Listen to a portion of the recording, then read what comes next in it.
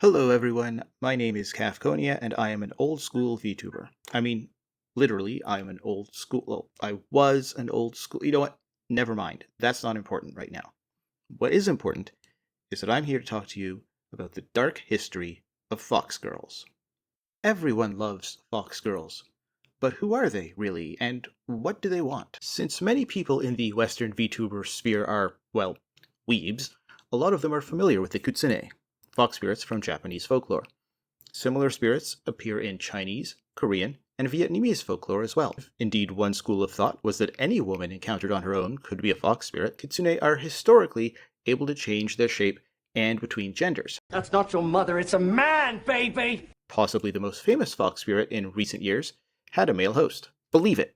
These foxy ladies, so to speak, often employ the arts of seduction and trickery to humiliate and rob their victims, just like VTubers. Let's be fair, the history of fox girls in Western VTubing isn't entirely the cultural appropriation of East Asian mythology.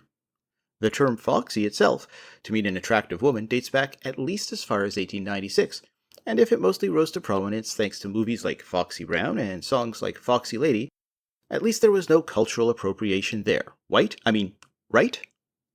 The most famous fox from European folklore is undoubtedly Reynard the Fox, who appears in literature from England, France, Germany, and the Netherlands. It's not all fun and games with Reynard, as some of his behavior in those stories would wind up with him sharing lodgings with R. Kelly and P. Diddy nowadays. So when you have a criminal and possible sex offender whose crimes were so bad that he was sentenced to death, what do? Why, you use him as an inspiration for a Disney film, of course.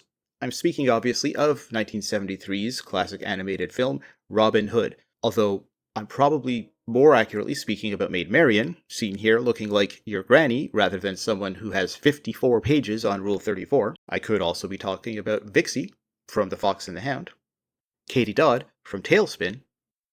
Somebody at Disney needs to talk to their therapist. So what have we learned today about the dark history of fox girls? Well, we've learned that fox girls, and by extension all women, are cunning tricksters and not to be trusted. And we've learned that even in academic research, the incognito browser can be a godsend. 54 pages.